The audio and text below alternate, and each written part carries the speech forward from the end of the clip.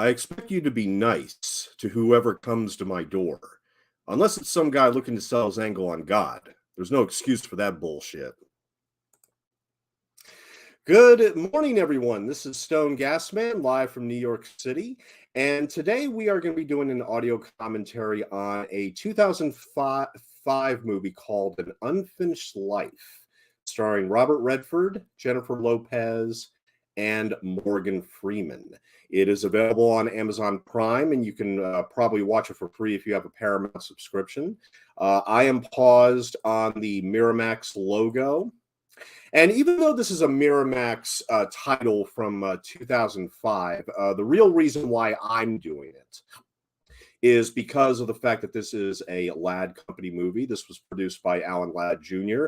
One of the very last two films that was produced under the Ladd Company banner. The other one is, oddly enough, Ben Affleck's Gone Baby Gone, which is very interesting when you think that, oh yeah, Ben Affleck and Jennifer Lopez, they were a couple at the time, and now they're apparently a couple again. So, so they had quite the relationship with Alan Ladd Jr. back in the mid-2000s. And Unfinished Life, I never heard of it before, honestly. I mean, when this came out in 2005, I didn't bother with it, and I'm sure a lot of other people didn't either, despite the fact that it had a pretty good pedigree. I mean, pretty good. I mean, when you have Robert Redford and Morgan Freeman in a movie together, that's something to be said.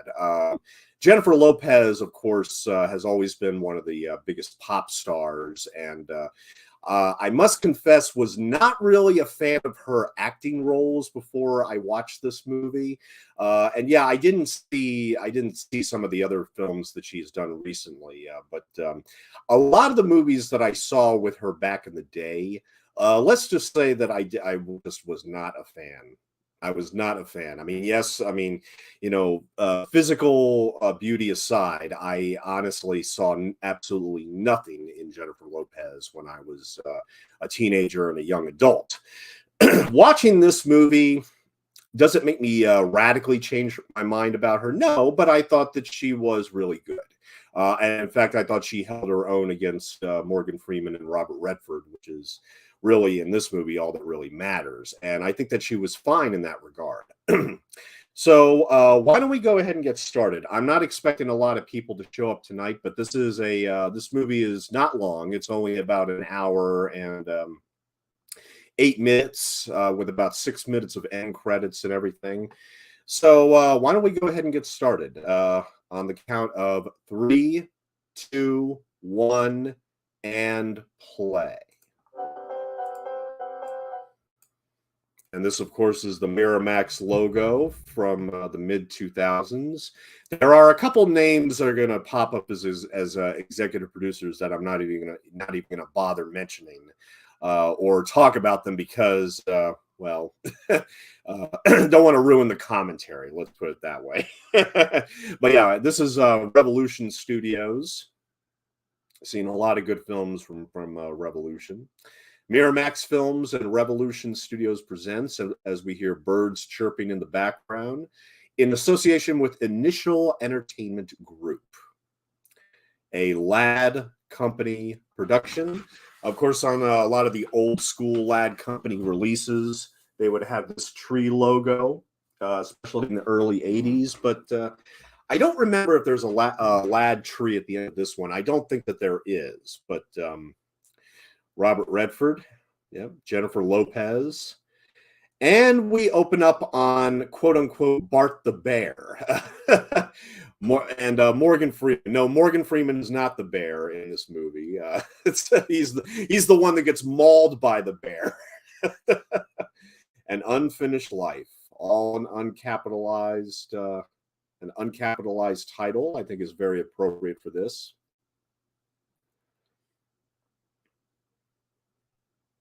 I'd like to emphasize to a lot of people that, you know, even whether you're a fan of Jackass or not, I've always admired the fact that they've insisted on having the titles for those films be in lowercase entirely. Like, we know this is low. We know this is a low brow form of entertainment, but just bear with us, you know.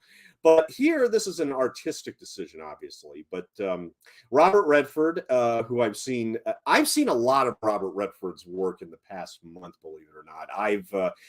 It's really weird because I grew up. The Robert Redford movie I will always consider my favorite is Ordinary People, the movie that he directed in 1980, and we will talk a lot about the other movie he was in 1980 called Brubaker, which also happens to have a co-starring role with Morgan Freeman, who we see right here. Robert Redford is taking care of his very good friend, his long friend, Morgan Freeman. But then we do this very dramatic and very effective, I must say,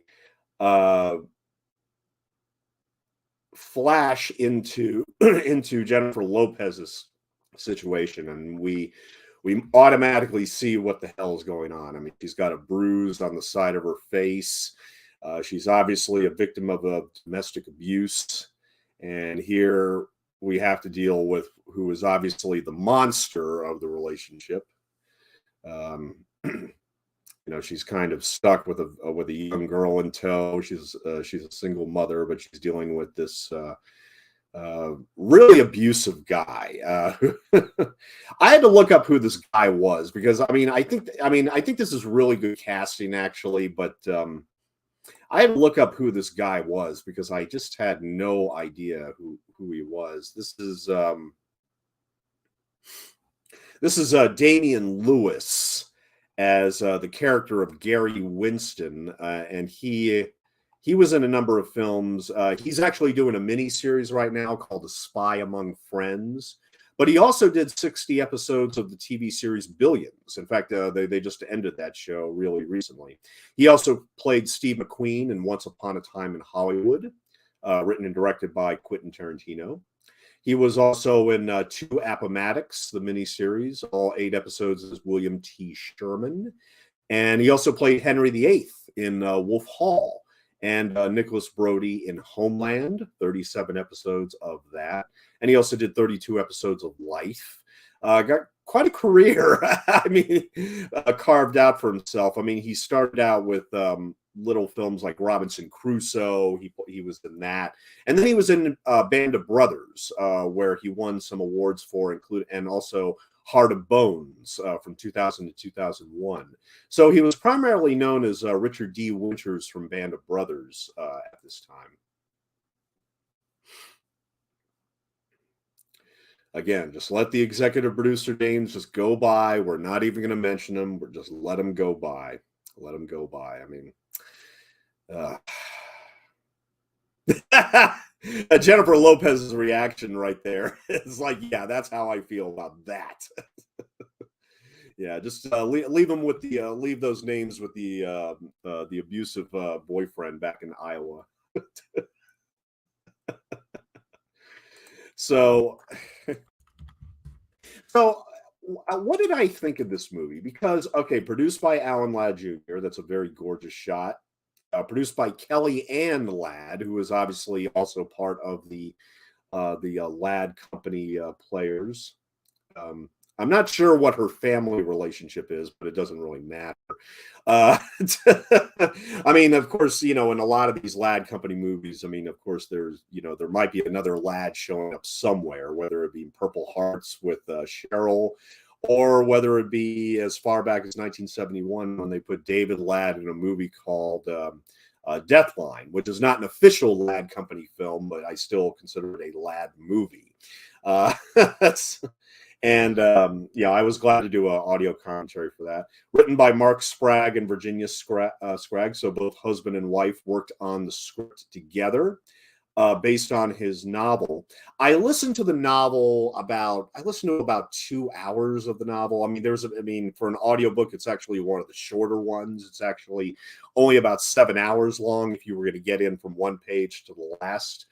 And, I could only listen to 2 hours of it. I mean, I like the fact that they had like a male author for a lot of the male point of view chapters with Redford and Freeman. And then they had a female reader for Jennifer Lopez and the daughter and some of the other characters. I like how they did that, but, otherwise it as a book itself, in terms of the writing, it didn't really grab out at me. But here we open up with some gorgeous shots of Wyoming, which in this case is actually Canada. This was actually filmed in British Columbia. But as far as I'm concerned, it's a more than adequate stand-in for Wyoming. So this was one of the very few Ladd Company movies that I had never seen before. In fact, I mean, for this one, in fact, I'd never even heard of it. Of course, I've heard of Gone Baby Gone. And the reasoning why I didn't see that after I saw and loved The Town, I can't really explain right now. I'll wait till that commentary. But yeah, here we have Robert Redford and Morgan Freeman, helping each other out here. These two lions of the screen. Robert Redford, of course, has been around since the 1960s, with classics such as Butch Cassidy and the Sundance Kid and Sting. And Morgan Freeman, even though he didn't get really big until the 90s, I mean, specifically with films like Shawshank Redemption and Seven, and I really liked him in Robin Hood, Prince of Thieves. I mean, a lot of people give that movie crap, but I do like him and his role in that movie. But okay, but actually, before we continue with them, we got to talk about Bart the Bear, because he almost steals the movie in a few of these shots. Well, the truth of the matter is this is not the original Bart the Bear. This is actually Bart Jr. Okay, not to destroy the illusion. Okay, but. Yeah, the truth of and this is not, no relation whatsoever with the original Bart the Bear. Bart the Bear was a male Kodiak, best known for his numerous appearances in films including The Bear, 1989, for which he received widespread acclaim, White Fang, Legends of the Fall, and The Edge, most notably The Edge with Anthony Hopkins and Alec Baldwin, which I really enjoyed that. He was trained by animal trainers Doug and Lynn Seuss in Lincoln, Nebraska, on Wasatch Rocky Mountain Wildlife in Heber City, Utah. Yeah. But Robert Redford and Morgan Freeman were reportedly impressed with how well he was trained, along with other actors like John Candy, Dan Aykroyd, Daryl Hannah, Annette Bening, Ethan Hawke, Steven Seagal, Brad Pitt, Alec Baldwin, Trevor Howard, and Anthony Hopkins. They were all very impressed with Bart the Bear in how he was trained and how he worked with the actors. And in 1998, Bart actually made an appearance at the 70th Academy Awards as part of a salute to animal actors, and he presented an envelope to Mike Myers on stage, of all people. To give an envelope from Mike Myers actually got an envelope from a bear on the Oscar stage. That's amazing. Bart the Bear 2, an unrelated Alaskan brown bear cub, was adopted by Doug and Lynn Seuss shortly before Bart's death, and he's sometimes been called Little Bart, and that's who we are seeing on screen. He followed in the footsteps of the original Bart and became an established animal actor and Vital Ground ambassador. Yeah. Mm-hmm.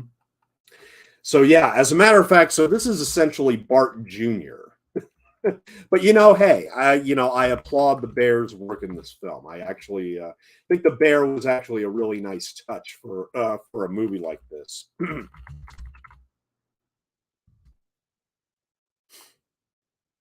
I'm trying to get like a resume of some of his other films. Here we go. Yeah, so he the bear, Bart the Bear Jr., he made his film debut in Dr. Dolittle 2 as a boy bear cub.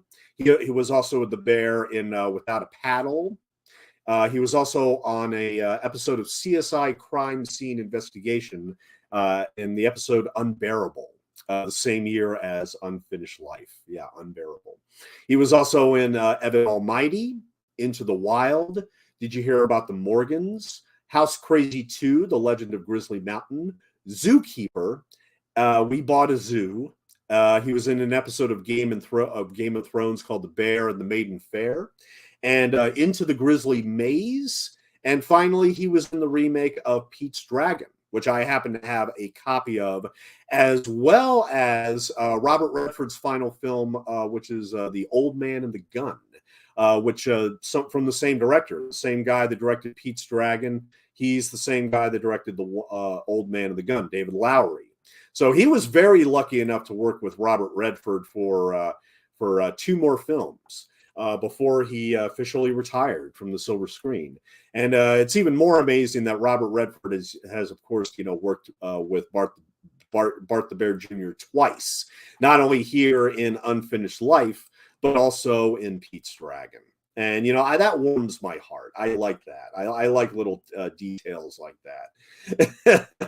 So, you watch Pete's Dragon again. I'm going to look for nuance with with the scenes with him and Bart Jr.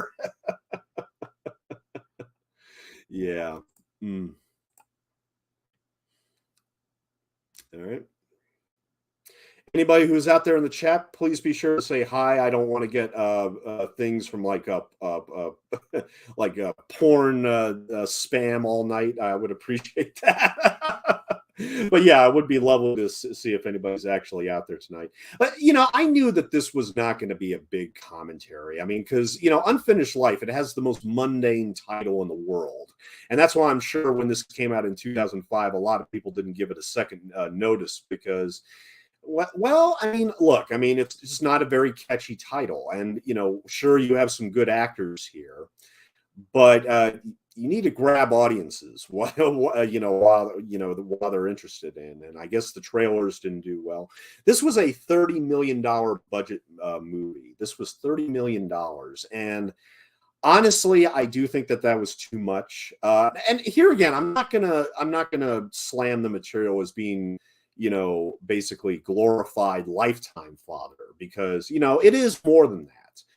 It does, it touches upon real family heartache and real family issues and secrets and everything, and hence why I thought this would be the perfect movie to do Thanksgiving weekend, because Thanksgiving is all about meeting together with the family. And even though this is certainly not a Thanksgiving movie by any stretch, we don't see a turkey or anything.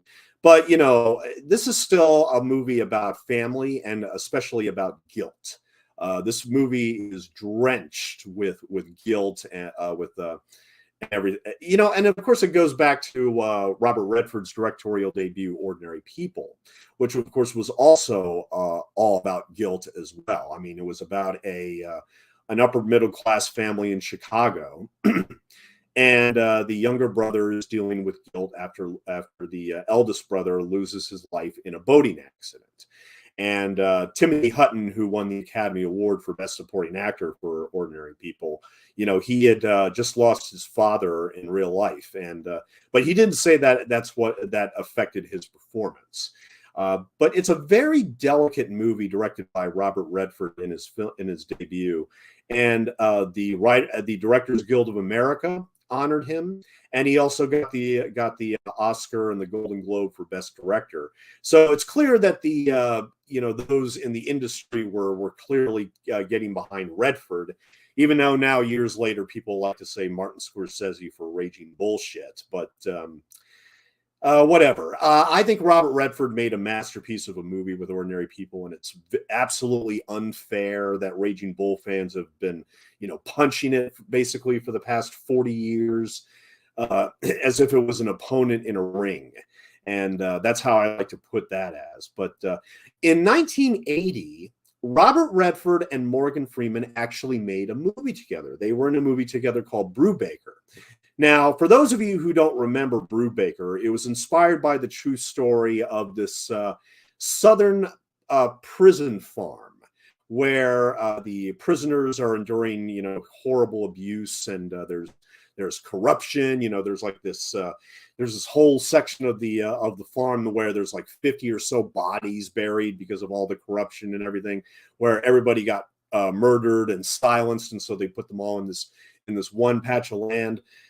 And Robert Redford comes in pretending to be a prisoner, which is not really believable. I don't like the first part of Brubaker where he does pretend to be a fellow prisoner, because that would never happen in real life. And you know, just to be clear, it did not happen in real life, even though it was inspired by an actual scandal that took place in the late 1960s. As a matter of fact, you know, the scandal took place the same year in 1967 as which was the same year that the same director, Stuart Rosenberg, made Cool Hand Luke, which is considered one of the great prison dramas of the genre.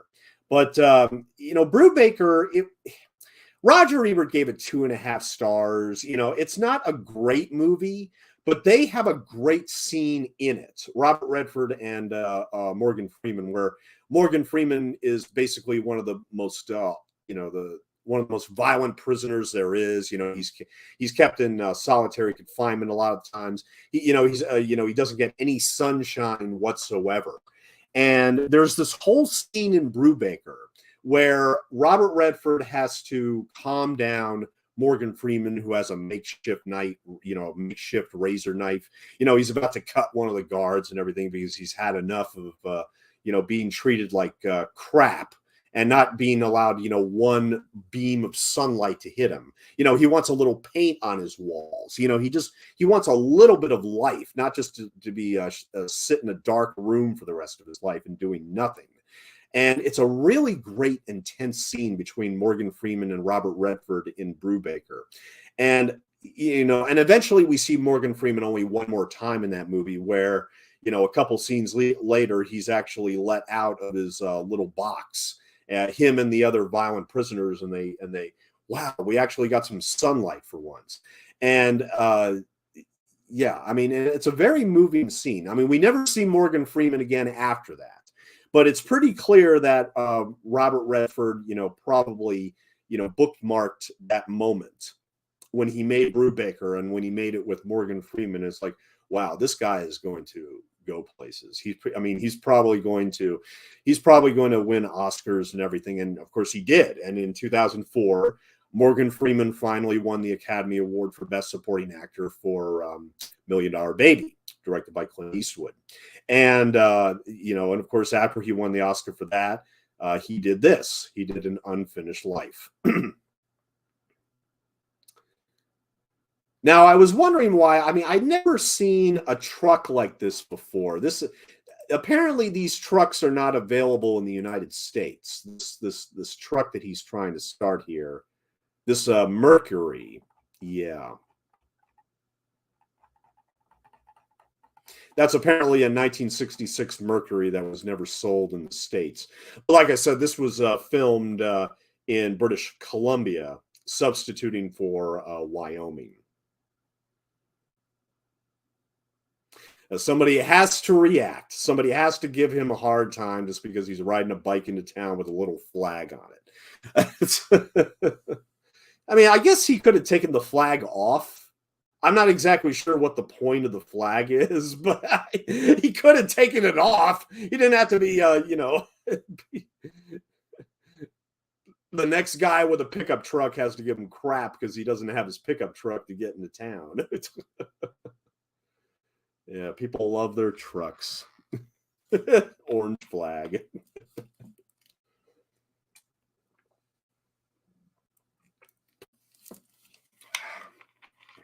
So, who directed An Unfinished Life? Well, the gentleman who directed Unfinished Life is a man by the name of Lasse Hallström, who is a Swedish director.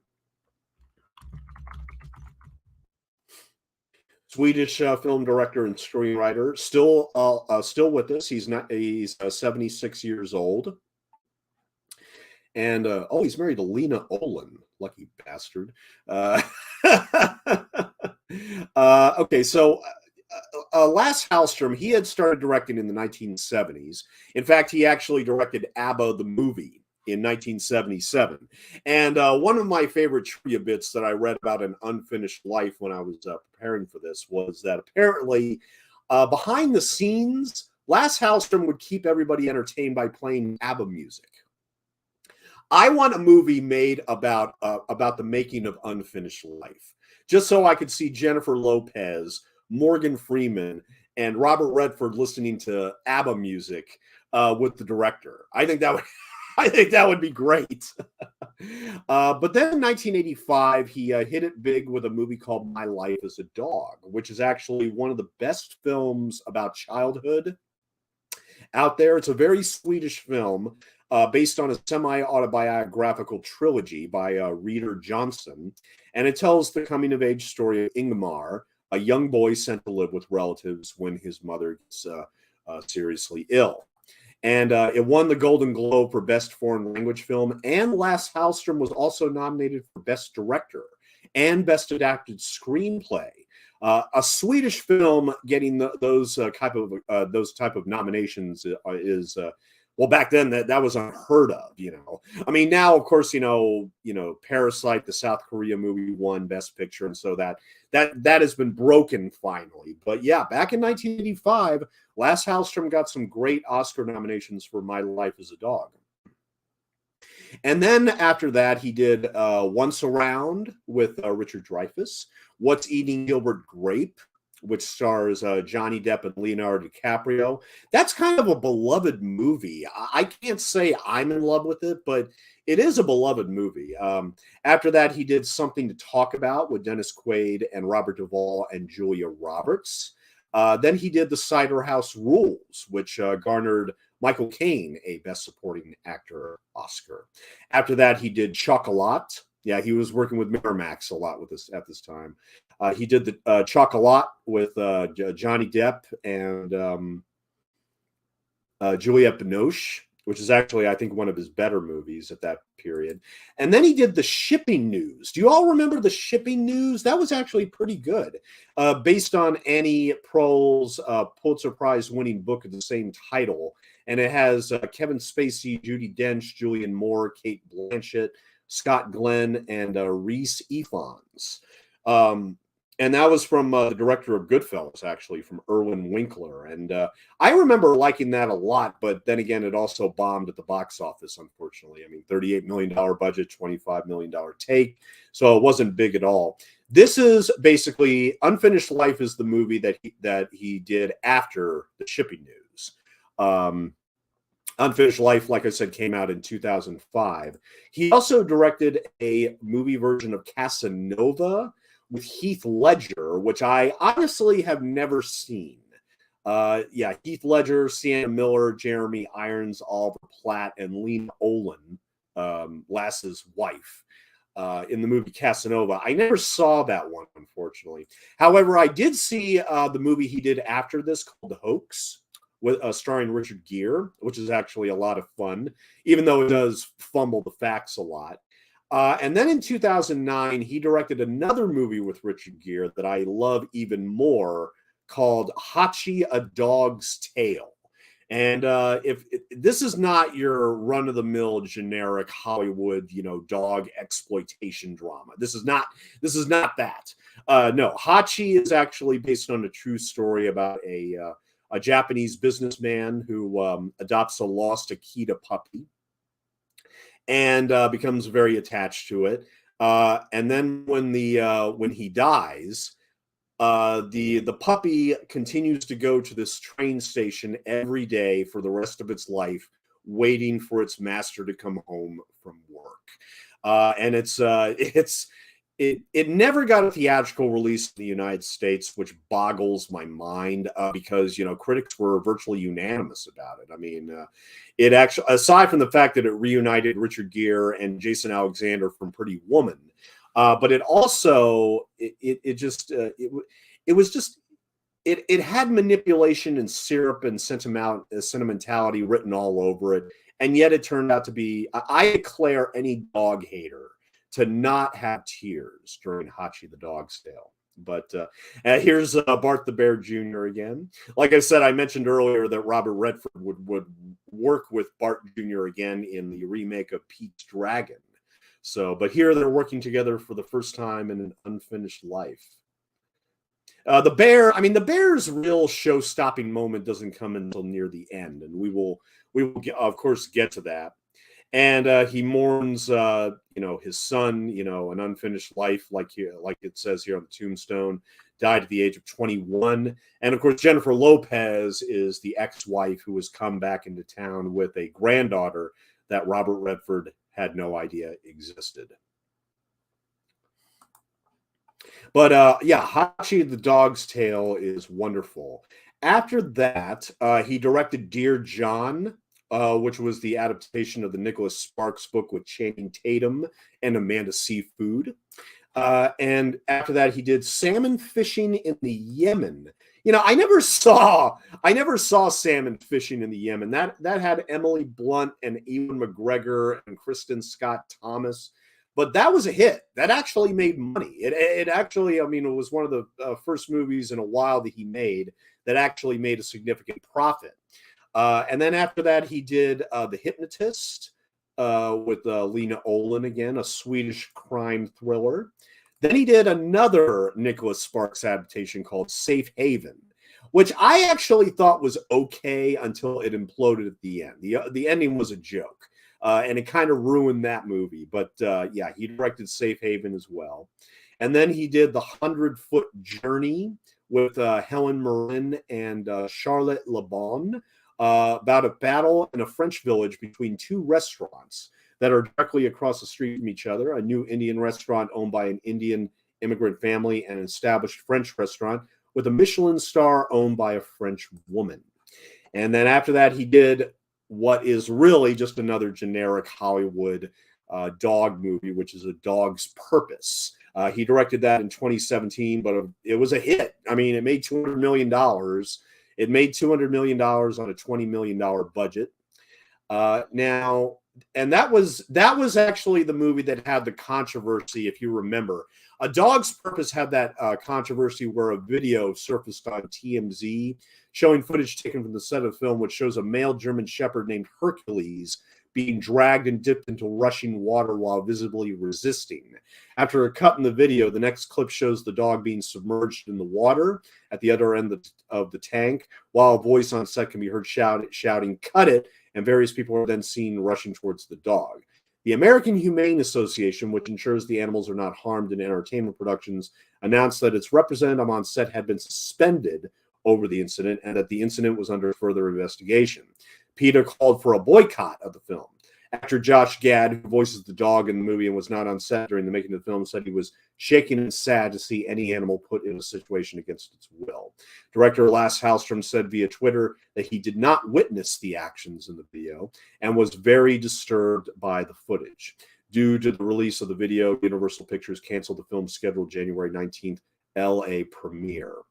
And Amblin Entertainment released a statement in regards to the incident, saying on the day of the shoot, Hercules did not want to perform the stunt portrayed on the tape, so the Amblin production team did not proceed with filming the shot. Hercules is happy and healthy, and that's all that matters. On February 4th, 2017, the American Humane Association reported that an independent third-party animal cruelty expert had concluded that safety measures on the set of the film were in place, and the video had been deliberately edited to mislead the public. Okay, so evidently there was nothing, nothing went wrong, and so thankfully the movie eventually got released and got $200 million. So maybe that even helped it. I don't know, but yeah, he directed A Dog's Purpose, and with that issue, the last movie he directed, which was in 2018, and it was actually a co-directing gig with Joe Johnston, of all people. Now, Joe Johnston, he worked on the Star Wars films, and he also did movies like October Sky and Captain America, the First Avenger. So he and Joe Johnston directed together the Disney film The Nutcracker and the Four Realms. I never heard of this before, but yeah, apparently this says Keira Knightley and Eugenio Derbez and Richard E. Grant and Helen Mirren and Morgan Freeman. And that did fairly well for a Disney film. It did okay. It actually had a pretty massive budget, but it didn't make much more after that. But it didn't get good reviews either, apparently. But Yeah, so that is Last Hallström in a nutshell. And I gotta say, I do think An Unfinished Life is definitely one of his better movies. Not his best. I can't say that it achieves like the emotional chords that Hachi: A Dog's Tale reaches, or even something like Salmon Fishing in the Yemen, which I haven't seen yet, but I'd like to. I mean, I heard there was a lot of good talk about it, but I just never saw it. And of course, My Life as a Dog, I think, will always be Last Hallström's masterpiece. But this is definitely one of his better films. And of course, it helps when you have, these titans like Robert Redford and Morgan Freeman to carry the movie. And that's what I'm saying is that when I was watching this movie, I felt very warm, very comfortable. I didn't feel like this was a waste of time in any way. I didn't look at my watch at any time. I was actually surprised at how well this movie played. It was like a breeze.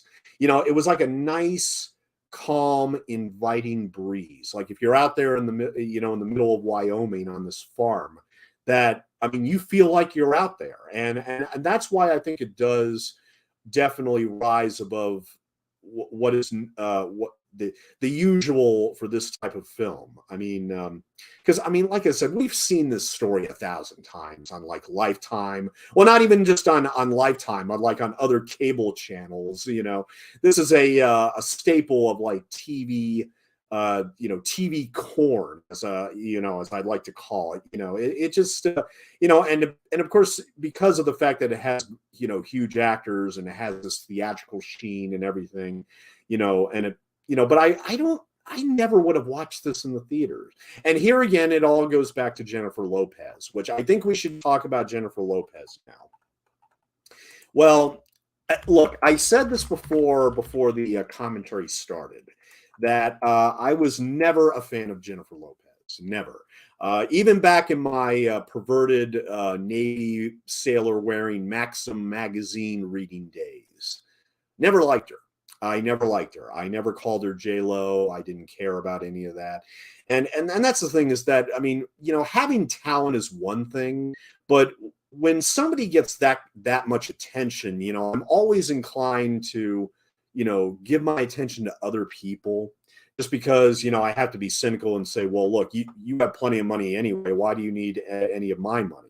And back in the 90s, of course, I was very cynical when it came to the movies that she made, because she made a lot of crappy movies. Okay, I'm just going to say that right now. A lot of the movies that Jennifer Lopez made in the 90s going into the 2000s were crap. Not always because of her. Not always because of her. In fact, I would almost say that she was probably, if anything, a bright presence in a lot of those movies. But let's just take a look here, because okay, so she made her film debut in 1986 in a movie called My Little Girl. Then she was in Nurses on the Line, The Crash of Flight 7. And then in 1995, she made two big films, My Family, which from what I understand is really good, and Money Train, which was another movie that brought together Wesley Snipes and Woody Harrelson. I don't remember her specifically in it, but I know I saw it.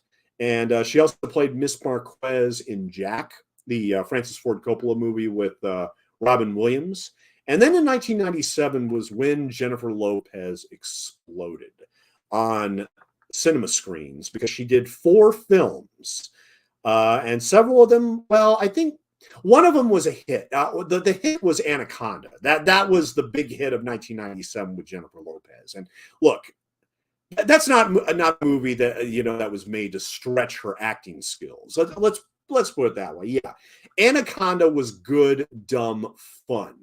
But I remember that movie more so because of John Voight and his crazy quotes than anything else that Jennifer Lopez or Ice Cube ever did in that film.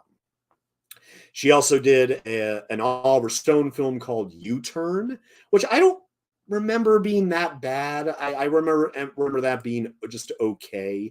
And then she played Selena Perez in the 1997 biopic Selena.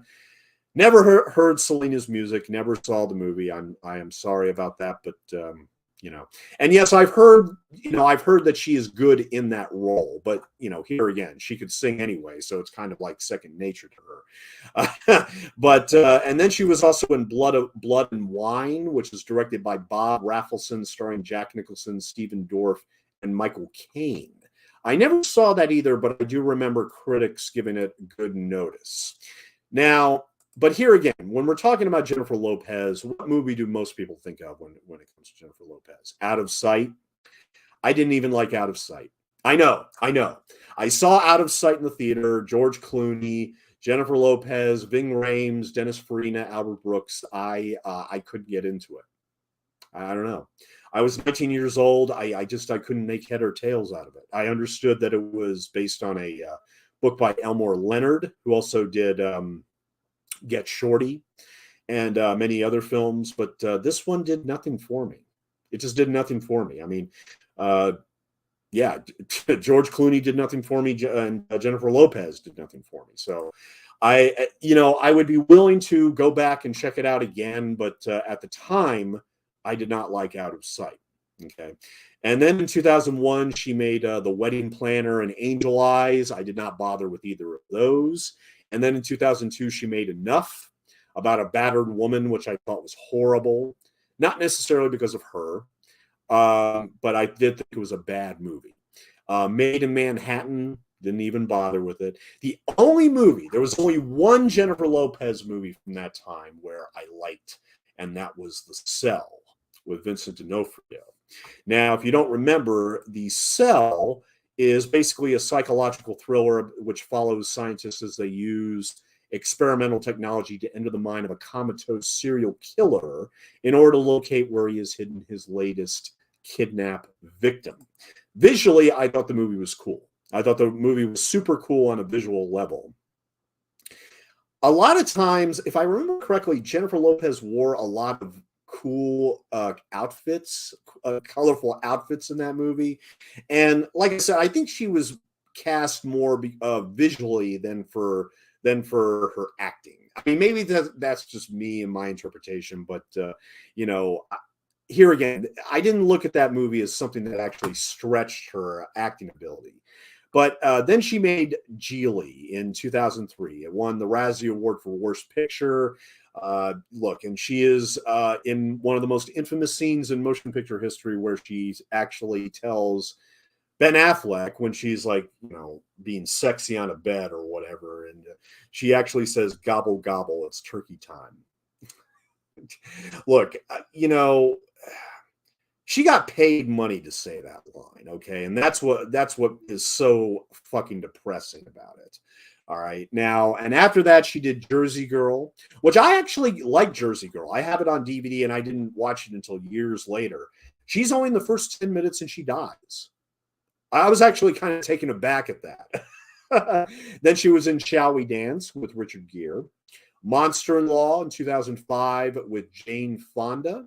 And then, of course, that same year she did An Unfinished Life. And I can definitely say for certain that Unfinished Life is better than Monster-in-Law. I mean, I like Jane Fonda, but I will not watch that. And I don't care how much money it made. I really don't. The truth of the matter is that I will not watch Monster-in-Law. Unfinished Life I'll watch every day of the week over Monster-in-Law. Now, after that, she did movies like The Boy Next Door, which I heard was not even good bad. I heard that's not even good to watch on a terrible level. And then apparently she made some kind of comeback with a movie called Hustlers. Now, I never saw Hustlers. I will admit that. It came from 2009, directed and written by Lorene Scafana, which is based on an article called The Hustlers at Scores, where it follows a crew of New York City strippers who begin to steal money by drugging stock traders and CEOs who visit their club, then running up their credit cards. Lopez also served as a producer on the film alongside Will Ferrell and Adam McKay through their Gloria Sanchez banner. Now, the reviews for this one were through the roof. Very high critical scores. The audiences didn't seem to like it, although I don't think they liked it as much as the critics, to be perfectly honest. I guess I would be willing to watch Hustlers now. I mean, but at the same time, I'm just being perfectly honest here. I don't like Jennifer Lopez as a musician. I don't care for her as an actress. And, beauty being in the eye of the beholder, I don't think that she's all that sexy.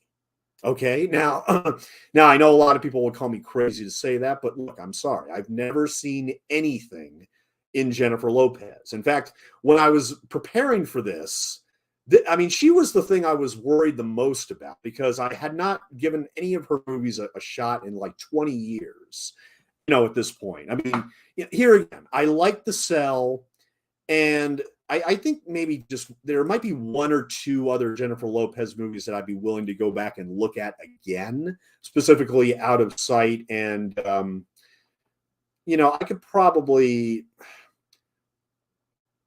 sit and watch U-Turn. I could probably watch a couple others besides that, but it just seemed like every time I gave her a chance in a movie that she always failed me. And there was something about her that I just found a bit too, I don't know what the word is, except for the fact that I didn't care looking for her. I didn't looking at her, and I didn't care about listening to her. So I just said no. This movie, An Unfinished Life, and her performance in this has kind of turned the dial a little bit. I like the fact that she doesn't there's nothing histrionic about her performance here. I mean, she feels like a flawed woman who, obviously wants to get away from her ex-husband. And yet at the same time, if her ex-husband was able to corner her, would she be able to get away from him, or would she submit again? And that's the thing, is that she realizes that she's had a succession of men, but she is not happy about it, and that it's affected her relationship with her daughter and everything. Jennifer Lopez is good in this movie. I will say that. I do think that she's very good. I don't think it's necessarily Academy Award-winning material. And, I do think that she carries this movie in terms of her performance. I do think that we have enough empathy for her, yet realizing that she is flawed. And she knows she's flawed. She knows that she's not a perfect mother. And she knows that...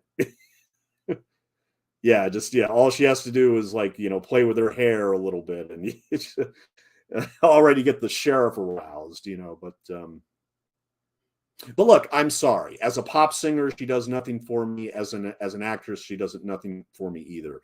But there's always exceptions, and I do think that this film is one of the exceptions. I liked her in this movie. I don't think this is necessarily award-winning fodder, but I do think that she was given at least a little bit of a chance to stretch in a role like this. Certainly a lot more than enough, which I remember when I saw that when I saw that on video, I just remember being appalled by it. I mean, and part of it was her performance, and maybe it was just for the fact I kept on complaining about, I don't remember for sure. It's been so long. It's been 20 years since that movie came out, but I just remember it as a domestic violence movie that just did not work in terms of us, having sympathy for the victim. But here again, maybe if I rewatched it, I would have a completely different view of it 20 years later. I don't know. Now, we haven't talked about the daughter here yet. This is her film debut, obviously. Her name is Becca Gardner, who plays Griff Gilkson. Yeah. Mm-hmm. Yeah, I like the fact that she's named Griff, because it makes me think of Back to the Future, even though I know that, completely different universe. But, and of course, that's not the reason why she's named Griff, obviously. But trying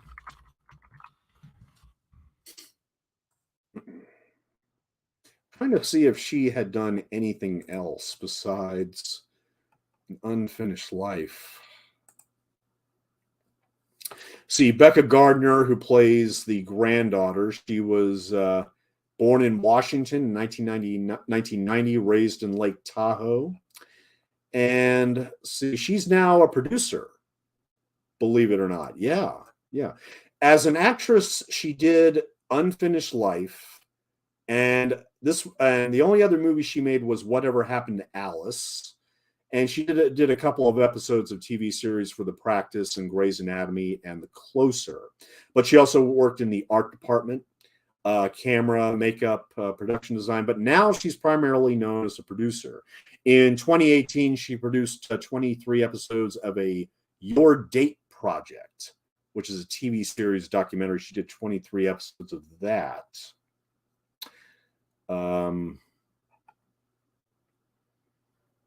Yeah, so that's what she's doing now. That was in 2018, but she's still active in the business, kind of.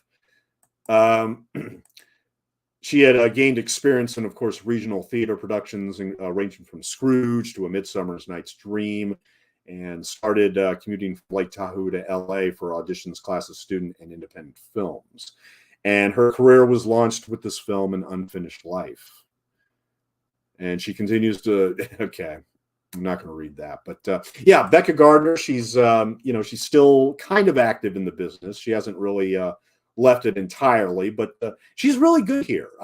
She is really good here as well. I mean, she and Jennifer Lopez, I think, were well matched, and I do think that they play off each other really well as mother and daughter. Oh, here Robert Redford's going to teach her how to do some steering here with Morgan Freeman's foot.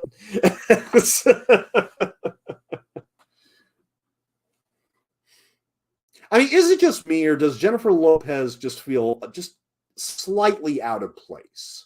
Okay, now, and that's not even a criticism against her. It's just, I do feel that, I don't know. I know part of me is, I mean, a lot of people will assume interpret me saying like, oh, you just prefer another actress to be in this role. Well, look, I don't know. I can't really buy Jennifer Lopez being in these surroundings. Maybe it's just me.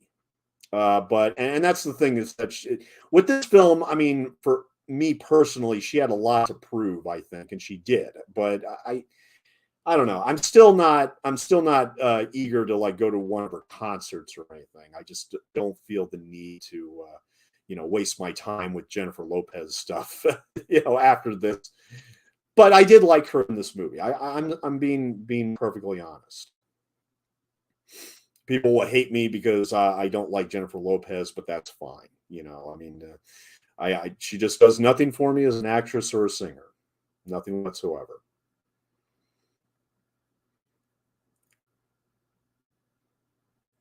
Now, I mean, I like the sunshine here, going down on Morgan Freeman, because it makes me think of the scene in the scenes in Brubaker that Robert Redford and Morgan Freeman did together. Oh yeah, I've noticed these cigarette butts around here. Do you think Jennifer's ex-husband or ex-boyfriend has been smoking these and hanging around? Yeah, probably has. Probably has. So, we have this very comfortable setting, Wyoming, shot in British Columbia, but whatever. And we have a very likable cast, a very classic cast in many ways. Oh, I haven't talked about the other characters yet. We still have the sheriff, who is played by Josh Lucas. Now, Josh Lucas is probably a familiar face to a lot of you guys, but he was in Sweet Home Alabama. He played Jake Perry in Sweet Home Alabama. But he was also in Ford v Ferrari as Leo Beebe, which is actually, I love Ford v Ferrari. For somebody who is not a gearhead in any shape or form, that was an excellent movie. I really like that. But he's also been playing young John Dutton on Yellowstone for the past few years, which is a Western show with Kevin Costner, believe it or not. And he also has been doing another TV series this year called Long, Slow Exhale. So yeah, Josh Lucas has been very, very busy.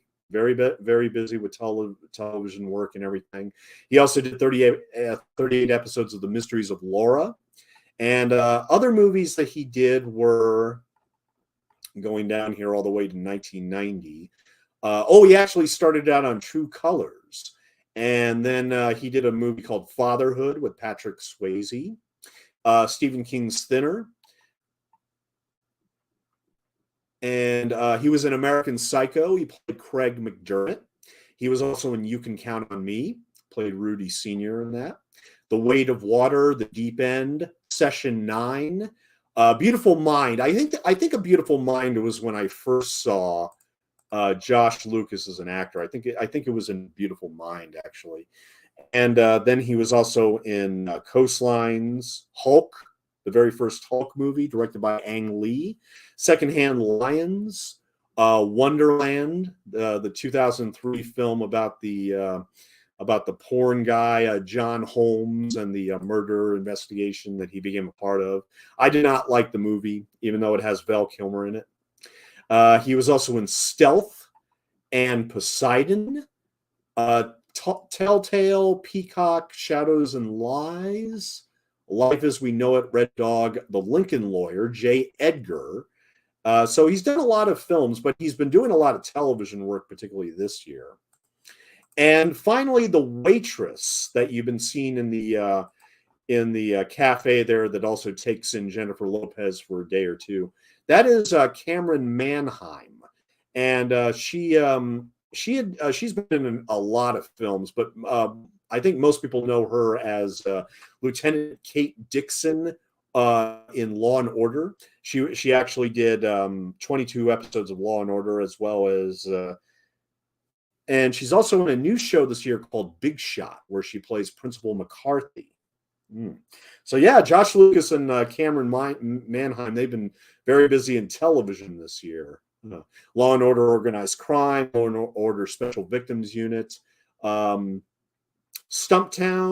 Doc McStuffins, Living Biblically. I'll pass on that one. Waco, Major Crimes, Person of Interest, The Adventures of Mr. Clown, Harry's Law, The Ghost Whisperer. Makes me think of The Horse Whisperer, which Robert Redford made in 1998. I need to watch that again. I saw The Horse Whisperer in the theater, and I remember I was very young, but I already fell in love with Scarlett Johansson as an actress when I saw that movie. I got to check that out again sometime. Same year as Unfinished Life, she was also in Dark Water, which was a movie starring Jennifer Connelly about a mother and daughter still wounded from a bitter custody dispute, and they hole up in a rundown apartment building where they are targeted by the ghost of a former resident. Yeah, it's actually really, really good. She also did 167 episodes of The Practice. For those that remember that show, she played Eleanor Fruit in The Practice. In fact, that stopped. That show got canceled literally a year before she did this movie, Unfinished Life. She was also in The 10th Kingdom, What Planet Are You From? And let's see, Fool's Gold. Touched by an Angel. She was in the movie Eraser. She played a nurse. The first movie that she was in was actually, she was the girl in the elevator in Sudden Impact. Oh yeah, the Dirty Harry movie Sudden Impact. Yeah, we all remember that one, right? And then she had a small role in The Bonfire and the Vanities. Then she was in The Road to Wellville, about the guy that invented cornflakes, John Kellogg. And she also did a few soap operas, but she's been very busy with television this year, along with Josh Lucas. But they got some really strong roles here. And let's see, I think the woman that you just saw on the screen as the bar owner, that's Linda Boyd. Born in Vancouver, and she played Diane Keaton's best friend, Leslie Nielsen's wife, Owen Wilson's confidant, and Jennifer Lopez's boss. Over the years, that's what she's done in terms of films and television. She's still doing a lot, apparently. Just real quick, going all the way down here. First thing that she did was she voiced Mo Ling and Satin Hammer on Street Fighter, the animated series. Okay. Then she was in the 1998 film Disturbing Behavior. She was also in the Crow Stairway to Heaven television series. The New Outer Limits, Higher Ground, You, Me, and the Kids, which was a TV series. She was in 104 episodes of that. Reefer Madness, the movie musical. Beach Girls, Falcon Beach, another television series. The L Word, yeah.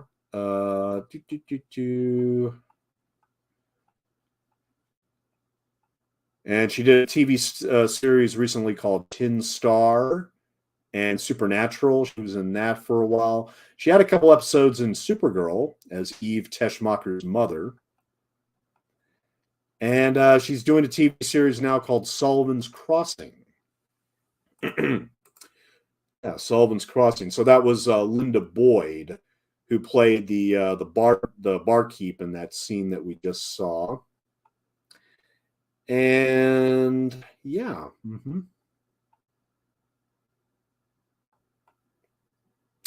I think that's about it as far as the cast is concerned.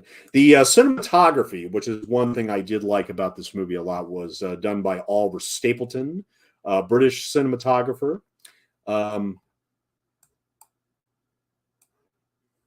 And among the films that he's done, he started out in 1983 with ABC Man Trap. And then he also did Prick Up Your Ears, Earth Girls Are Easy, Cookie, The Grifters, Let 'Em Have It, Restoration. That's a great period film with Robert Downey Jr. You all should check out that out. Yeah, Restoration. Kansas City for Robert Altman, One Fine Day with George Clooney, The Object of My Affection, The High-Low Country, which is actually a great little Western movie with, if I remember correctly, was that Woody Harrelson? Yeah, it was. Yeah, it was Billy Crudup, Woody Harrelson, and Patricia Arquette. Yeah, I remember that being very good, the High-Low Country. He also shot the 1999 version of Midsummer Night's Dream. He also shot Cider House Rules for director Lasse Hallström. Birthday Girl. He also did The Shipping News for Lasse Hallström, Casanova for Lasse Hallström, The Hoax for Lasse Hallström, and he just did a couple of movies called Gore and Moving Pictures. I think the last big movie he did was Hot Pursuit, which I never bothered with that one, even though with Reese Witherspoon and Sofia Vergara, you can only imagine what kind of comic shenanigans would ensue because of that, I would imagine. But anyway, so we are coming up here on the 59-minute mark, the 59-minute mark of An Unfinished Life. And I've been talking for about 2 hours straight here, or 1 hour straight here, essentially.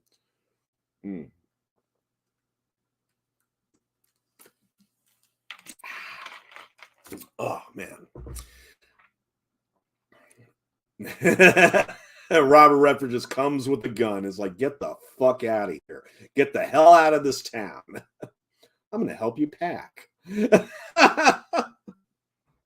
Now, even though I think the actor did a good job in this role, I mean, it's a throwaway role. It's a thankless role. You know, the boyfriend the abusive boyfriend is always a role that you don't want to get stuck with. I mean, particularly if you're going to be doing other projects. I mean, this is the last thing that you want to be stereotyped in. But, you know, look, the actor did a good job, and I like how this whole character arc is kind of resolved. So, I mean, or where it goes to, essentially. But, you know, I mean, he's kind of his whole story is kind of a forgettable side chapter. I mean, you know, he's the reason why she comes to Wyoming. That's basically all we need to know about the guy. And of course, I mean, they brought him back. They, you know, have him stalking her and everything to add suspense and everything. But, you know, all the actors in these scenes do a good job, though. I mean, they deliver. They deliver. You know, it's like, okay, fine, you caught me, okay. I just wanted to see her. It's like, well, no, just get the fuck out of here. just I'll make it simple for you. I don't want you here. Yeah, you tell him, Josh.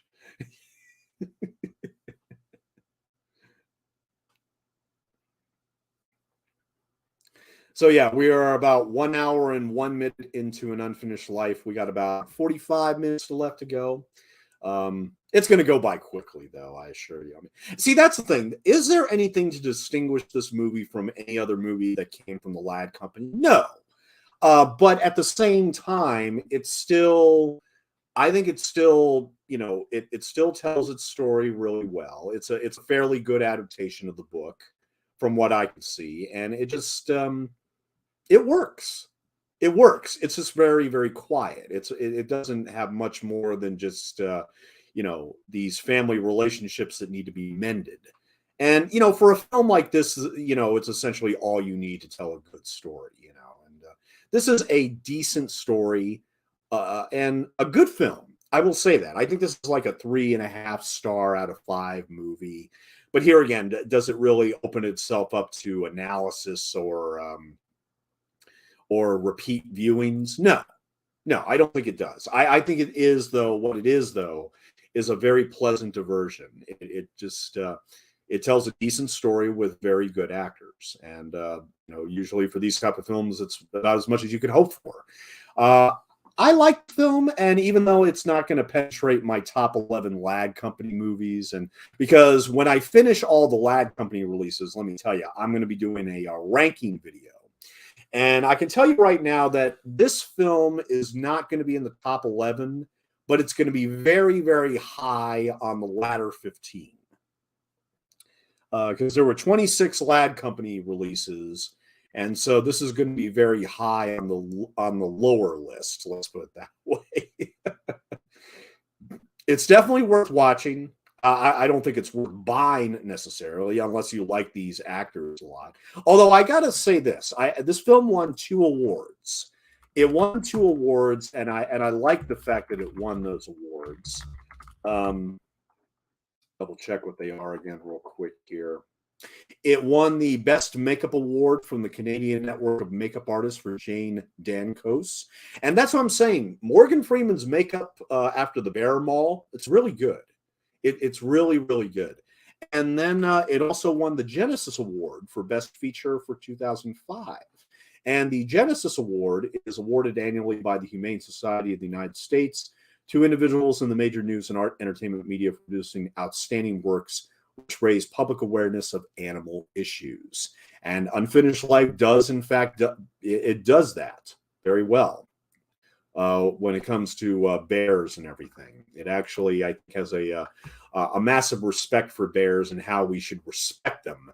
Because ultimately, what Robert Redford feels guilty for not saving his friend because he had been drinking, and Morgan Freeman, is while a lot of other guys would be hell bent on getting revenge against the bear, he eventually realizes, look, we just interrupted him in the middle of this dinner. Look, I mean, there's no reason for us to get back at the bear necessarily. I mean, Robert Redford wanted to shoot it. He just wanted to flat out shoot it when he discovered it. It's like, no. And, eventually Morgan Freeman's going to say, okay, I need to see the bear. I need to see the bear. I need to get this over with. But, but unfortunately, Robert Redford will not get over Jennifer Lopez driving and causing an accident, which caused the death of his son. And that's, here again, another way of, this film is overflowing with guilt from all of the characters. And, it's effective. Is it necessarily affecting? I mean, what I mean by that is, no, this movie did not drive me to cry. It did not drive me to have these massive emotional reactions. But here again, I still bought everything. I still bought all the performances and bought their actions and their reactions and everything. That makeup is actually really good. It's that very light shade of when wounds get infected, everything. There's like a light shade of like a greenish kind of shade, which is just, it gives it that extra layer that, oh God, it's just horrid.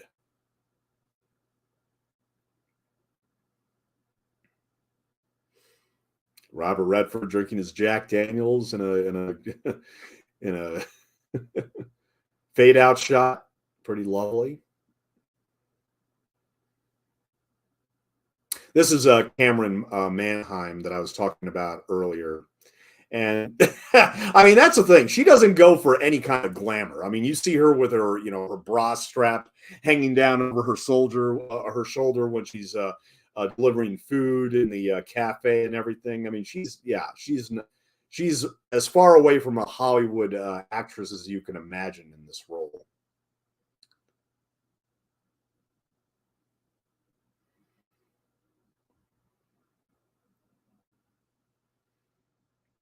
I bet Robert Redford and Morgan Freeman had a lot to talk about during the making of this movie. Like, they were shooting Brubaker 25 years earlier, and now here they are together again, doing a whole movie together. And see, I've been watching a lot of Redford recently. I mean, I did a commentary for The Candidate very, very recently. Really good film. Even though I'm not a fan of politics or even political movies, I actually think that was definitely one of the best political movies I've ever seen. The Candidate, starring Robert Redford. And here again, I mean, I remember in 2018 when he announced that his final film was going to be The Old Man and the Gun, and I checked it out. It was great. It's great. It's got Casey Affleck in it. It's a really, really good, based on a true story, crime story where he plays basically this leader of this over the hill gang. The most perfectly pleasant and respectable gentleman you could ever want to meet, except that he robs banks. And Sissy Spacek falls in love with him and wants him to retire and everything, and basically just want to live a quiet, simple life where he doesn't have to be in prison. Really good film. Really good film. I mean, and it's in many ways a perfect swan song for Robert Redford's career.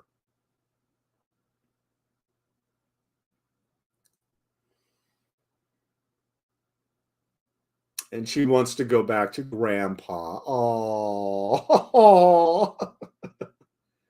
Here again, I mean, I give props to both actresses. I mean, Becca and Jennifer. I mean, they play off each other very well, very well. I bought the mother-daughter dynamic with these scenes, and here again, I mean, I never would have watched this back in 2005 just because I kind of boycotted Jennifer Lopez movies at that point. But no, I mean, she was really good here. I may have turned a page on how I feel about her, but I'm certainly not going to, do a deep dive of her entire filmography now. No, I can definitely accept her in parts like this where she doesn't really,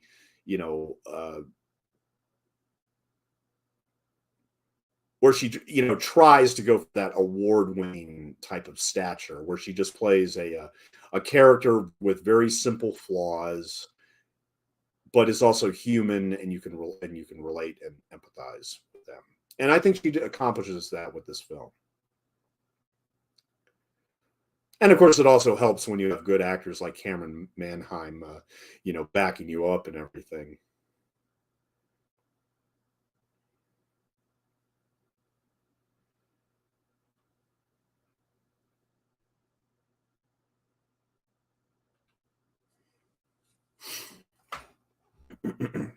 So we are coming up on 1 hour and 10 minutes. 1 hour and 10 minutes into an unfinished life, and we have about 30 minutes left to go here. Although I think I've pretty much exhausted everything I wanted to say. I'm struggling here. Now. It was actually filmed in the Canadian towns of Ashcroft, Savona, and Kamloops, British Columbia. Now, the reviews of the film were very mixed, very, very mixed. The film holds a 52% approval rating on Rotten Tomatoes. A story of disjointed family members yearning for true emotional depth. Unfinished life teeters between overtly saccharine sentiments and moments of real intimacy. Yeah, more or less. Let's see what some of the other what the rest of the audience really thought about this film was, because I mean, it was so quiet and under the radar with its initial theatrical release, and I'm trying to see if there's been like any attention paid to it here. But there's actually 180 reviews. That's a lot. And a lot of them are very solid, very strong. 8 out of 10, 10 out of 10, 8 out of 10. Lifetime drama that is a joy. Great subtle performances. 10 out of 10. An excellent film with Redford and Freeman in fine form, not to be missed. Redford's legacy continues as an observer of ordinary people. Yes, indeed. Yes, indeed. And yeah, specifically what he wrote here. Robert Redford, Morgan Freeman, and eye candy J-Lo. Yeah. A heaven that everyone wanted to live in. Nicely done with a flair. Yeah, a lot of these reviews are like 8 out of 10s, 9 out of 10s. A lot of 8s and 9s. A lot of 8s and 9s for...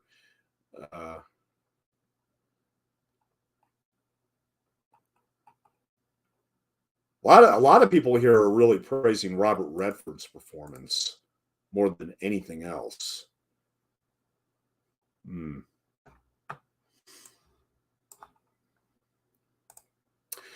As far as, let's see what Roger Ebert said about this. Oh, he gave it 3 stars. He gave it 3 stars. Life worth waiting for. The typical review of an unfinished life will mention that it was kept on the shelf at Miramax for 2 years and is now being released as part of the farewell flood of leftover product produced by the brothers. It will say that Robert Redford and Morgan Freeman are trying to be Clint Eastwood and Morgan Freeman. It will have no respect for Jennifer Lopez because she is going through a period right now when nobody is satisfied with anything she does. Yes, back in 2005. These reviews will be more about showbiz than about the movie itself. Sometimes you are either open to a movie or closed. If you're convinced that an unfinished life is damaged goods, how can it begin its work on you? If you think Freeman is channeling the relationship he had with Eastwood in $1 Million Baby, reflect that this movie was made a year earlier.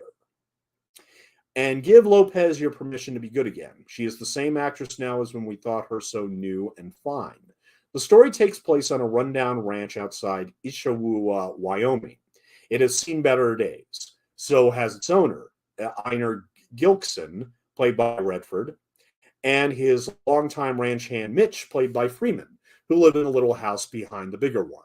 Mitch was mauled a year ago by a bear and is an invalid, given a daily needle of morphine by Einar. These men are essentially awaiting death together when they get visitors.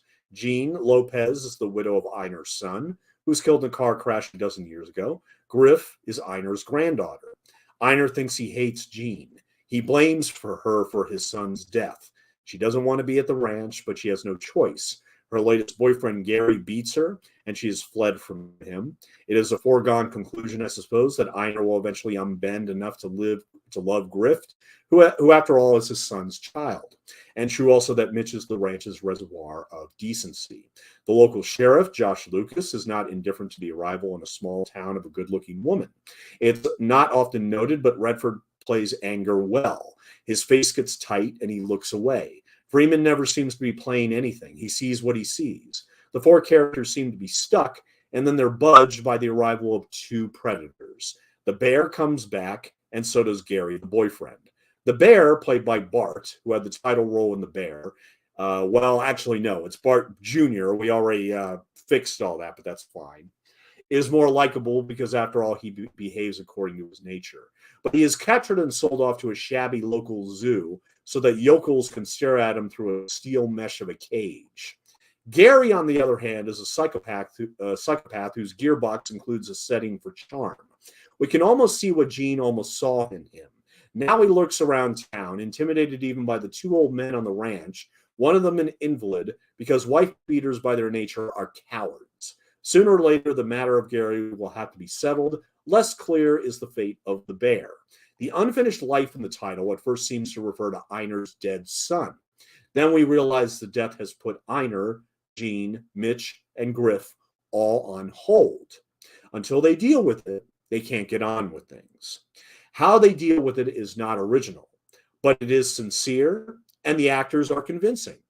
I was not quite as ready for the solution involving the bear, and not after seeing Grizzly Man and remembering Werner Herzog's scary narration.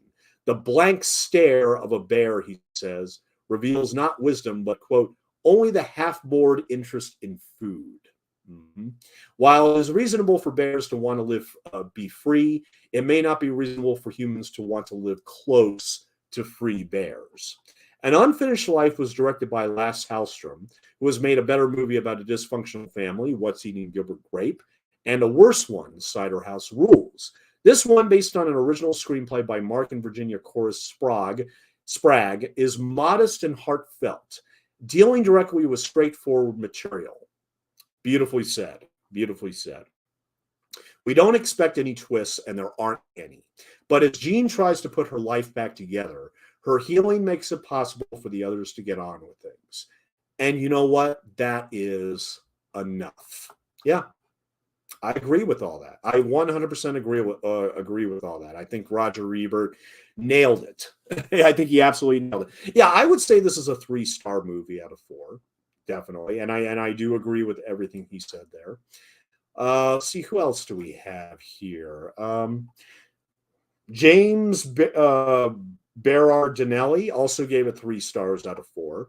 Robert Redford on a horse roaming the wide open countryside of Wyoming doesn't sound like much of a stretch, does it? What is unusual about Redford's participation in Lasse Hallström's film is that the actor is as unkempt as he has ever appeared on screen. He looks like he showed up on set after bypassing the makeup trailer. And although this touchy-feely motion picture transforms Redford's character into a human being, he starts out as an unapologetic misanthrope. The tale presented in Unfinished Life cannot be considered original. It's a familiar piece of storytelling, as you're likely to find. A physical and emotionally isolated man is revived by the introduction of 2 strangers into his life. With a movie like this, there are no surprises. You get what you expect. Success is based on 3 factors. Are the characters believable and interesting? In this case, yes. The small group of men and women populating an Unfinished Life transcend the stereotypes from which they spring. Is the acting solid? Again, yes. There isn't a weak performance to be found. Finally, does the plot contain enough interesting details to prevent it from seeming stale? There are some interesting minor elements here that allow it to avoid being a clone of every other movie of its ilk. Yep. An Unfinished Life is a study of emotions and characters. It's deliberate and unhurried. The director has an obvious affinity for individuals trapped in stasis. Many of his best films focus on them. This movie will appeal to a specific audience. Those who care more about spending time with 3-dimensional characters than following a convoluted plot or getting an adrenaline kick. An Unfinished Life isn't original, but for those who enjoy this sort of drama, it's an opportunity to remember how, in the right circumstances, on-screen characters can touch our hearts. Yeah, I agree with that too. I actually really agree with that too. No, you did great today.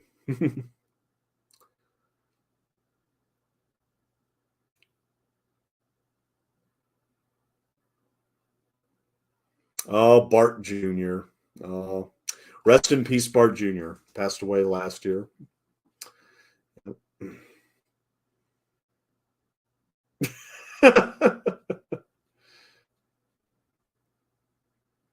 Robert Redford's character becomes a human being before our eyes. Yeah, it's glorious.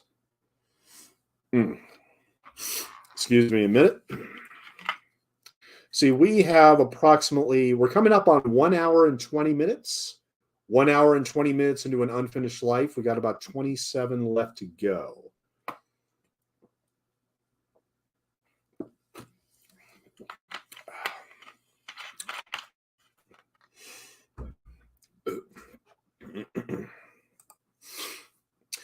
So, what else do we have here? Well,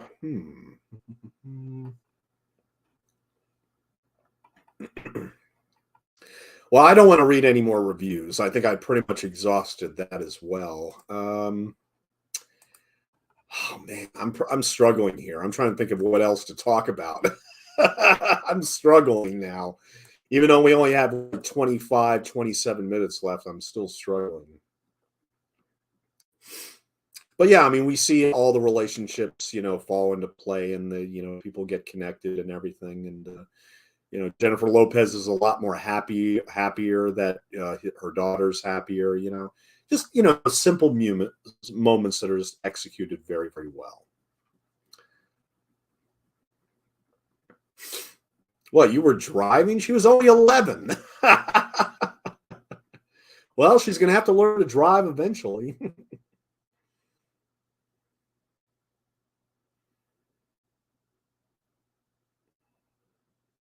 Yeah, so I mean, Robert Redford is now retired, which is kind of a damn shame. He's now 86.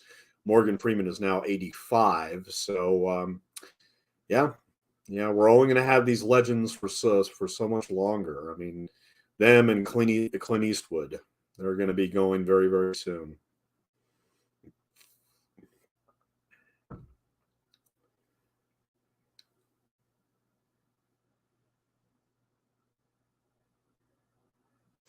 If anybody is out there in the chat, if you've seen An Unfinished Life, please let me know what you think of the movie. I mean, like I said, I mean, I feel like I'm like one of like maybe 100 people in the world that have seen An Unfinished Life. But hey, I mean, I'm glad I saw it, and I'm glad that I really got to discover what this film was, even though I was a little nervous at the outset. I mean, I said to myself, look, it's from Lasse Hallström. There's got to be a little bit more to it, because he's a very good director, and I liked some of the stories that he tells. And like I said, Jennifer Lopez was the only thing I was concerned about, and she won me over. So, like I said, I don't have many complaints about this movie. I mean, the number one complaint is that it's not original. Sure, we've seen this movie before. We've seen it, on TV. We've seen it, in many other instances. But hey, I mean, when it's done well, it's done well. And I have no complaints about An Unfinished Life. I like the cinematography. I like the performances. I like how the story wraps up. All this is really good. It's really good stuff. And of course, who is still hanging around town, but yeah, this guy just doesn't get it.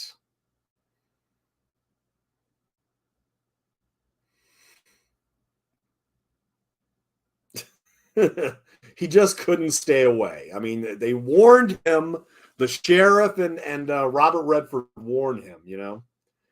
What do we need to call Clint Eastwood now? Like, get off my lawn. Like, what is going to take this guy to understand, like, hey, you need to fuck off, okay? Stop beating on Jennifer Lopez and forget that you were ever with her, okay? He just does not get it. He just does not get it.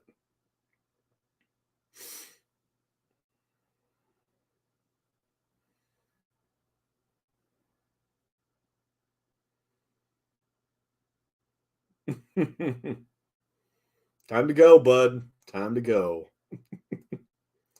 See country up here. Might stick around for a while. No, you won't. No, you won't. And like the actor, he gives a thankless performance. But hey, I mean,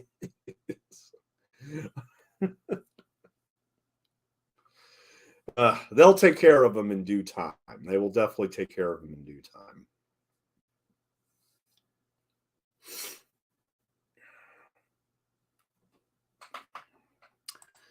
Okay. Let's see what else here.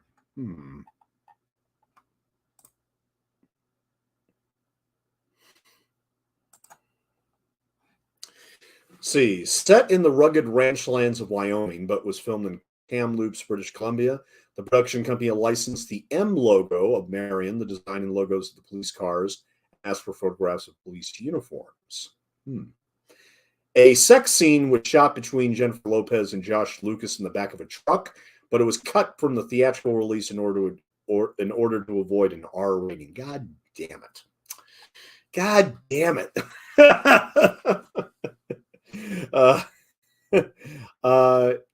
In Mitch Bradley's house, there's a painted portrait of a black Civil War Union sergeant on the wall.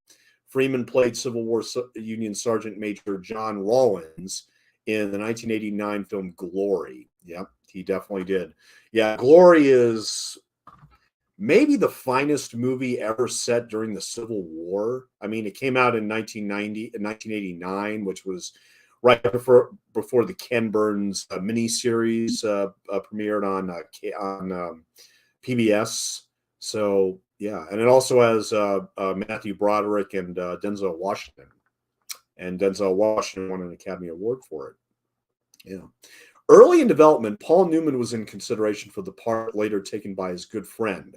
However, Newman's ailing health ruled him out of any consideration. Robert Altman was involved in the production when it was early in development. Oh. Yeah, during the shoot, director Lasse Hallström would keep the cast and crew amused by playing ABBA songs. And he directed that Swedish documentary, ABBA the Movie, back in the 70s. Yeah. Christopher Young originally scored the film, but his score was later rejected and replaced. In one scene, we see Robert Redford and Morgan Freeman playing cribbage. In Sting, we see Redford playing cribbage with Paul Newman. Cameron Mindheim was in the cast of The Practice, with which Becca Gardner appeared on in a guest role as a client of the film in season 8, episode 9, Victims' Rights. Oh, okay.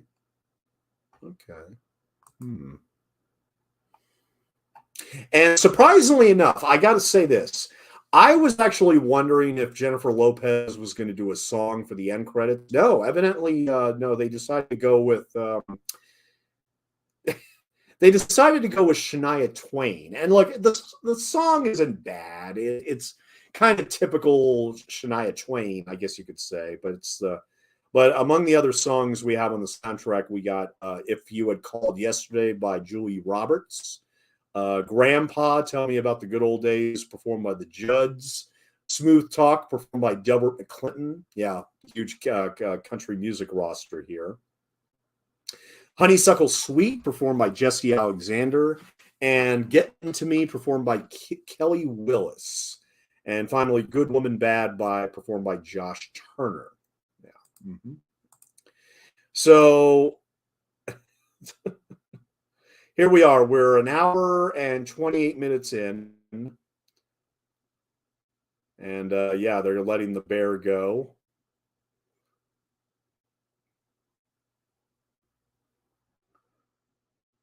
Good bear. Good. Now, one thing about bears, I mean, that any person living out in the country will tell you, never leave your food out for a bear to eat. Always keep it like raised in a tree or whatever. Oh man. And never feed a bear, because it's just going to make them more hungry. And well, guess what? They're going to eat you. Oh, they're so cute though. Oh shit. So the bear nearly kills Robert Redford, and in the next scene, it's going to be it will nearly kill Morgan Freeman. Better get me get to a hospital. Oh man. Yep. Yep. Luckily, I've never come face to face with a bear in my life, but yeah, I still like them, even though I can't be around them. Ah.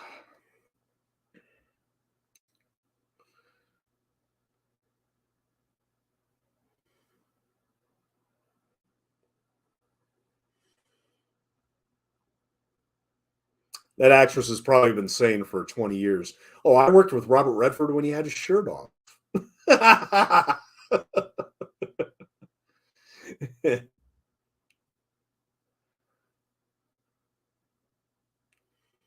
Oh, don't give me that. Redford still has it, man. He still has that rugged charm about him, and that's what makes this movie, I think, particularly appealing. Him and the supporting cast, they really do bring it home. They really do bring it home with this film.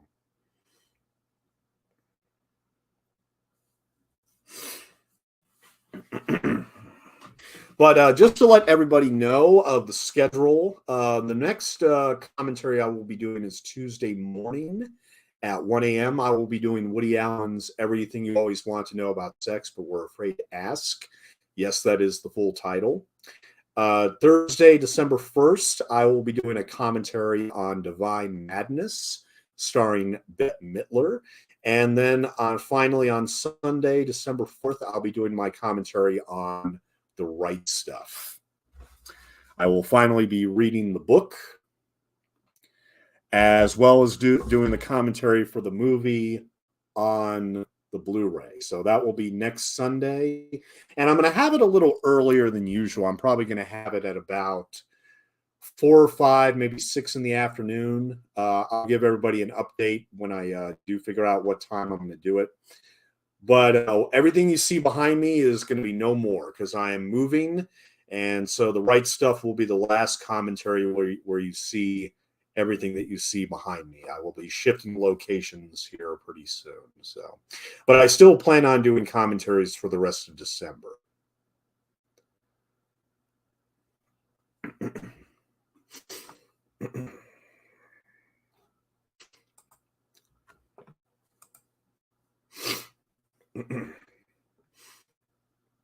1 hour and 32 minutes. 1 hour and 32 minutes into an unfinished life as we wrap things up here. And this is when Redford confesses that he was falling down drunk when he tried to save Mitch from the bear. And unfortunately, Mitch got mauled. He didn't die, but he got mauled very badly. And now he has to have morphine injected every day. I can't imagine surviving a bear attack. The pain you must feel after that. It's horrible. And here's Morgan Freeman reunited with Bart the Bear Jr. Like, oh, I know you. Morgan Freeman's reaction is perfect for this. I'm just going to lie down here.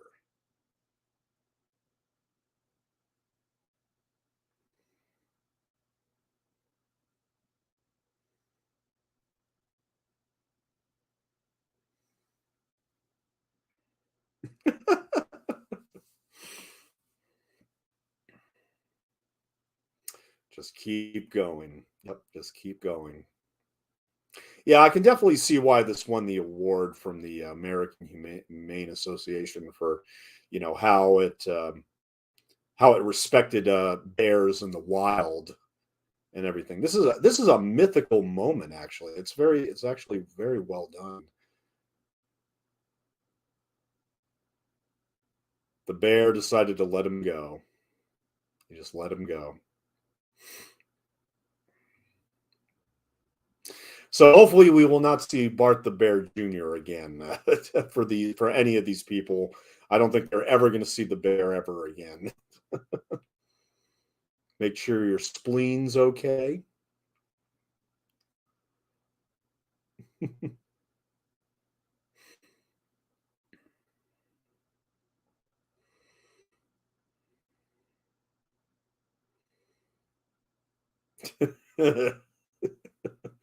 Couple days, that's bullshit.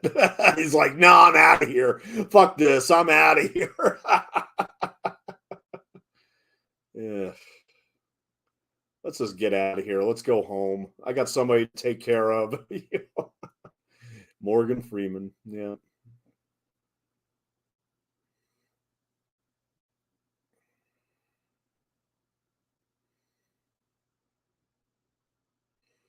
Oh, hey, Mitch. Yeah, your bear attacked me. Now I know what it's like, brother. Now I know. Yeah, I'm fine. Just got clumsy. We set the bear free. Yay. I know.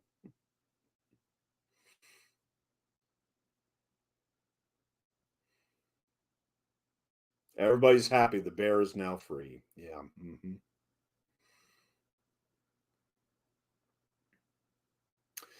So the bear is set free. The abusive husband is long gone. And now they're all living a fairly happy life on this Wyoming farm until until Robert Redford and Morgan Freeman expire, basically.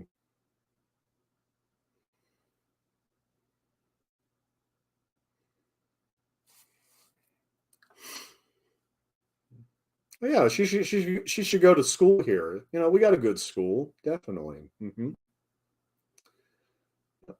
And why not end the movie with Robert Redford on a horse? I mean, why not? You know, yeah, beautiful scenery, music swelling up.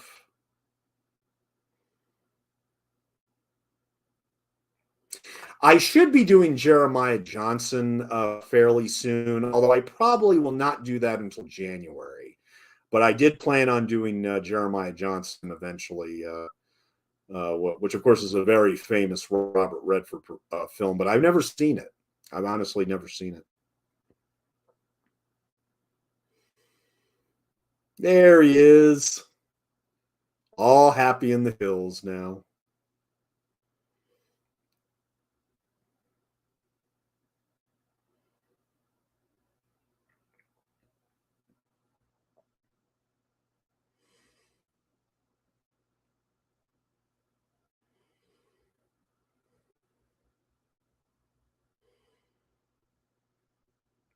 Oh, oh, he's back. He didn't learn his lesson. That's right. He's back. He's back. Now, my favorite part about this entire sequence, because we know he's going to go down, and we're happy to see that he's finally going to go down. It's just how Lasse Hallström shot this with the cats that I think makes the sequence quite memorable. This guy just won't give up. Yeah, you were waiting for Jennifer to throw that punch eventually. Absolutely.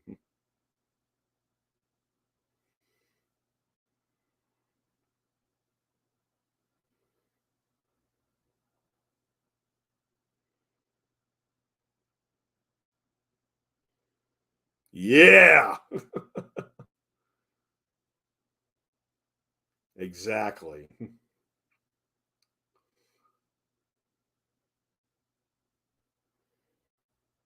Yeah, you're not going anywhere now, buddy. Oh, all right, time to go to jail, buddy. Yeah, take some old school Robert Redford punching and kicking here. Yeah, how do you like that?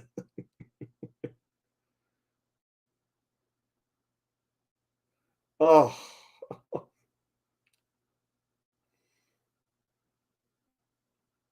I got your back, man. I got your back. And see, I love how this sequence ends with the cats meowing, just like watching the whole thing.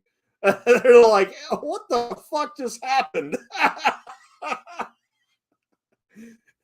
I wonder if that was actually scripted or if they just decided, you know what, we should bring the cats and the raccoons here for more reaction shots.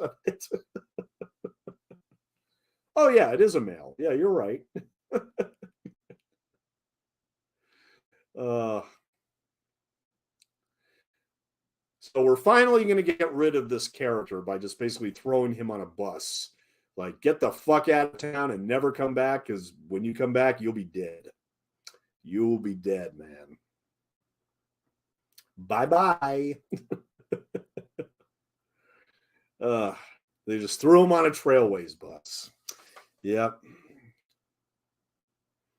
You come back here, you're going to be facing some jail time.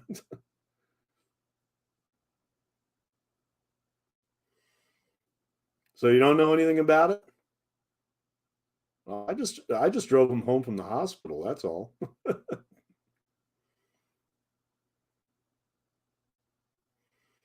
Einer. Yeah, I might.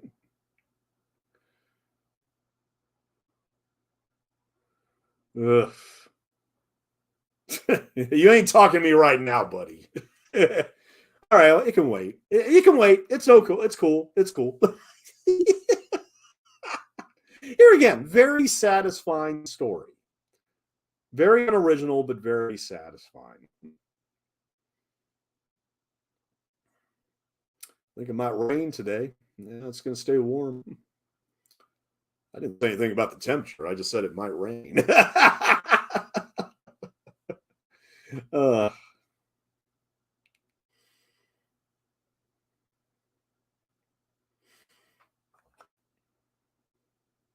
see, we got about 6 minutes left here to go.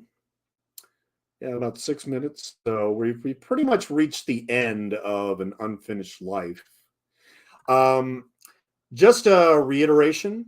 Yeah, this is officially the end. The credits are about to come up, but just to let everybody know, just one more time, Tuesday morning at 1 a.m., November 29th, will be Woody Allen's Everything You Always Want to Know About Sex But Were Afraid to Ask, which also features Gene Wilder and Burt Reynolds and Tony Randall. Looking forward to doing that one, a 50th anniversary commentary for that. And then on Thursday morning at 1 o'clock, December 1st, will be Divine Madness, starring Bette Midler. And then finally on Sunday, December 4th, sometime in the afternoon, haven't decided on a time yet, we will be doing Philip Kaufman's The Right Stuff. I'm going to be spending the entire week reading the book, and then we'll be ready to go to knock out that commentary on Sunday. And then I will be moving to another place. So that's probably not to Wyoming, but I will be moving to another place. But I will still be doing commentaries, just to let everybody know. So yeah, that's An Unfinished Life. Like I said, very surprising. Liked it a lot, and it really rose above its TV movie material type of roots and everything to achieve something even bigger and better. Which here again, I mean, you think of the title An Unfinished Life, and then you look at the cast, it's like, okay, I mean, it's actually a lot better than what it looks like on the surface, which is pretty good. So the book is available on Audible for anybody that wants to listen to it, with Bart the Bear, with quotes around it, because it's not really Bart the Bear, it's Bart the Bear Jr., who of course has no relation to the original Bart the Bear. He just basically adopted the moniker for another 20 years and more films. I don't think there's a current Bart the Bear now, but additional music by Christopher Young. Bart the Bear, owned and trained by Doug Seuss's Wasatch Rocky Mountain. Yeah, Bear Stunts and Bear Stunt Coordinator Doug Seuss. Yeah. Yep, so An Unfinished Life. So yeah, Robert Redford, Morgan Freeman, Jennifer Lopez all gave excellent performances. Very good, strong supporting cast. Sensitive direction, satisfying story, but it doesn't quite reach the top 11 for Lad Company releases for me. And here again, I mean, just to let everybody know, see, we have approximately, as the credits are coming up on here, we have approximately 1, 2, 3, 4, 5, 6, 7, 8. 8 Lad Company movies left to go. 8 left to go. Divine Madness, The Right Stuff, Gone Baby Gone, Love Child, Braveheart, Twice Upon a Time, Once Upon a Time in America, and finally Blade Runner. And I will be doing the original 1982 theatrical version of Blade Runner. Assistant to Mr. Ladd Jr. Yeah. So yeah, here again, this is definitely going to be middle of the road Lad Company ranking, but I like this movie. I honestly was very surprised at how much this worked for me, even though here again, very unoriginal, but very satisfying nonetheless. So that is my final assessment of An Unfinished Life. Yeah. So look forward to seeing you all for future commentaries here. I want to double check to see if there's actually a, here's the soundtrack right now. Let's see if there's actually, I don't think this ends on a Lad Company logo, but I wanted to double check that anyway before we close out for the evening. Miramax Films. And we have another Miramax logo. We didn't need two Miramax logos. I don't think so. But at any rate, so yeah, An Unfinished Life. Thank you, everybody, for joining me for this movie. If you've not seen it, or recommend it to people, because it really is a good movie that is not, I don't think, seen by enough people. And I'd like to see more people go ahead and check it out. But at any rate, thank you so much for joining me for the commentary.